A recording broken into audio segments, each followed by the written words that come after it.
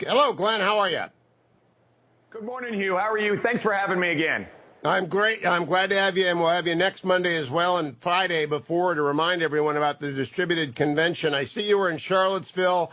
How does Charlottesville feel? That's kind of a blue part of the state, isn't it? Yeah, we have absolutely been all over Virginia. We've traveled 19,000 miles in about 13 weeks.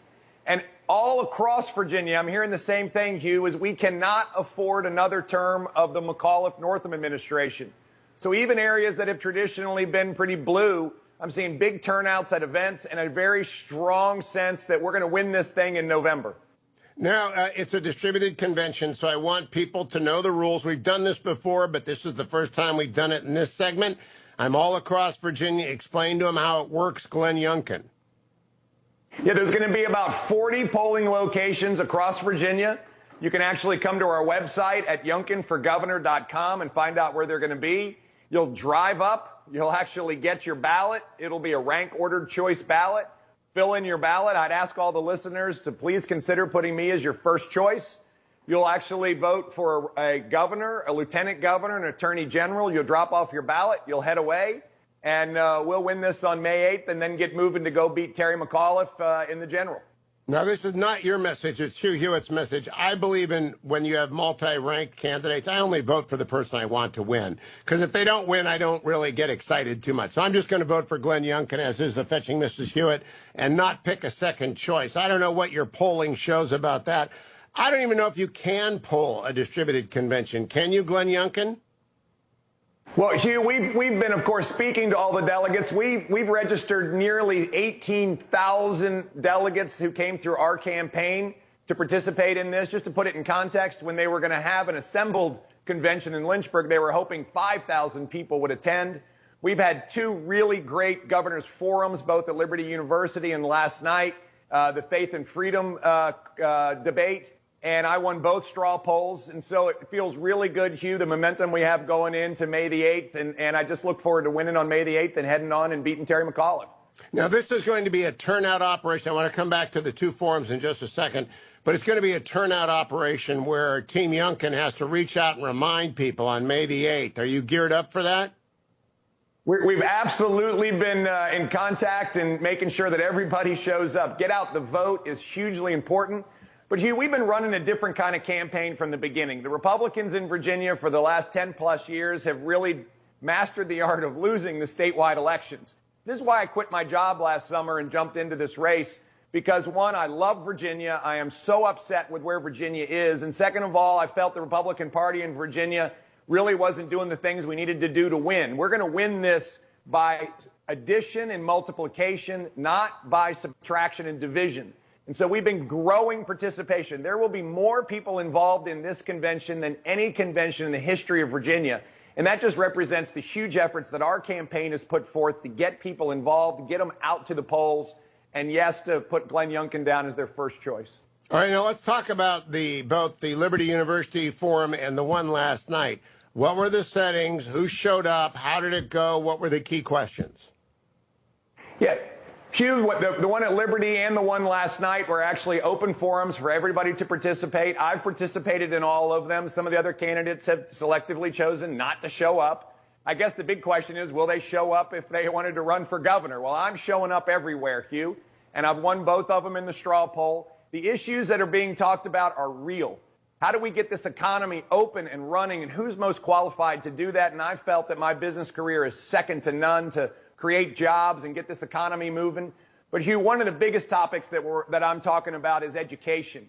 And by the way, with Democrat leadership, we have our schools closed, we're canceling Dr. Seuss, and now we're deciding not to teach accelerated math through the 11th grade and not to award advanced diplomas to high schoolers that can run.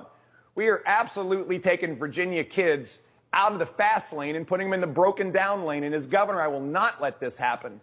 If this superintendent of state superintendent lane is still there when I get there, I'm firing him on the spot. And we're going to allow Virginia's kids to run as fast as they can. My goodness, I've never heard anything so silly in my life, that we're going to hold students back as opposed to letting them run as fast as they can.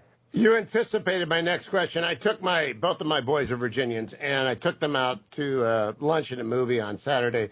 And I asked them if they remembered a kid from the fourth grade, way back in their California elementary years, named Dylan. I won't give you the last name, who was taking high school math classes at University High School, which is among the top 10 high schools in all of California. In the fourth grade, they said, and they both knew his name, and they both knew he was a genius.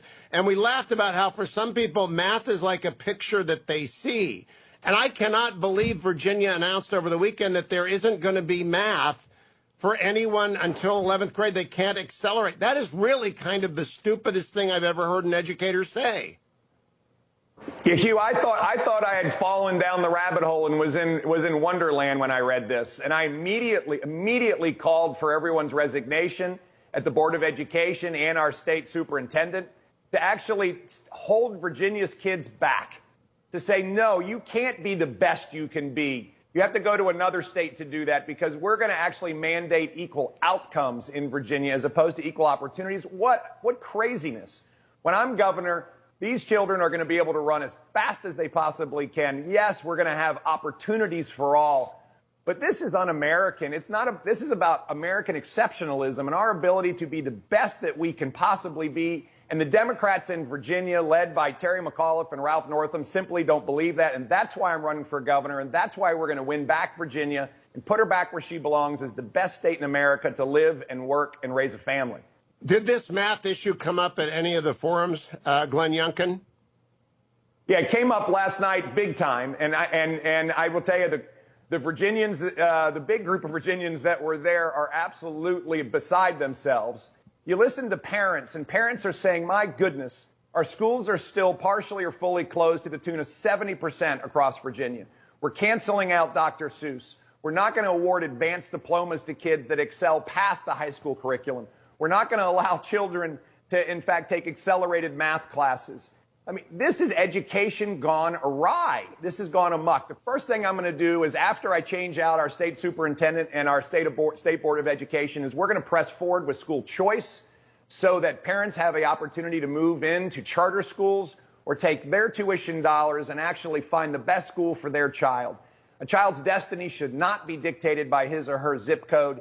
And as governor, I'm going to make sure that Virginia is #1 in education. You know, Democrats right now control both houses of the Virginia legislature. That may change. Redistricting is happening. But I don't think that's a partisan issue. I think education is a bipartisan issue, and excellence and opportunity for everyone, because math genius comes in all sizes, shapes, and colors. It's been my experience for a long time that you can never tell who's going to be the math genius.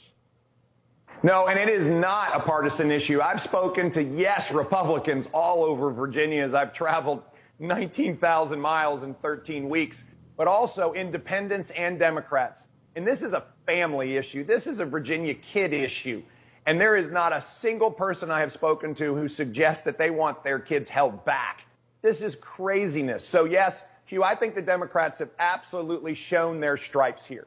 They're not for American exceptionalism. They're absolutely for mandating modest outcomes for Virginia so that they can, in fact, dictate how we live our lives, have big government, and control us. And this is not what a Youngkin administration is going to be about. We are going to open up Virginia day one. We're going to open our businesses. We're going to open our schools. We're going to open our houses of worship. And we're going to get Virginia going to become the great state that it should be, has been, and will be again.